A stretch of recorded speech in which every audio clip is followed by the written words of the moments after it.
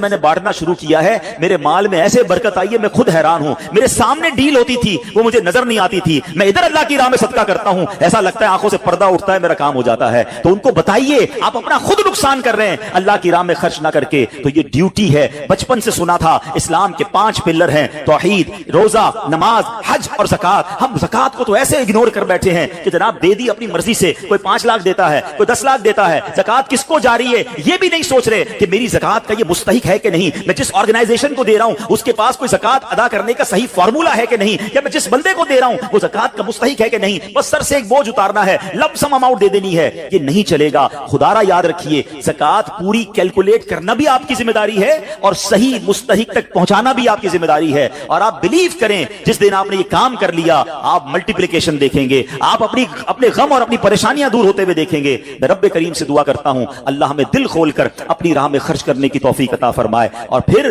سب سے پہلا حق آپ کی زکات کا وہ حق ہے آپ کے اپنے غریب رشتہ داروں کا۔ اپنے غریب رشتہ داروں کو آپ دیجئے زکات، کیونکہ جو اپنے رشتہ داروں کو زکات دیتا ہے صدقہ کرتا ہے اس کو ڈبل ثواب ملتا ہے، ایک صدقہ دینے کا، ایک صلہ رحمی کرنے کا۔ اور پھر آپ کے غریب رشتہ داروں سے بات زکات بچ جائے تو پھر میری گزارش ہے کہ دعوت اسلام کتنے بڑے پیمانے پر دنیا میں کام کر رہی ہے، تو اپنی زکات کا اپنا حصہ جو ہے اس میں ضرور عطا فرمائیں۔ اللہ کریم ہم سب کا جمع ہونا اپنی بارگاہ میں قبول فرمائے، آمین بجاہ النبی الامین صلی اللہ تعالی علیہ وسلم۔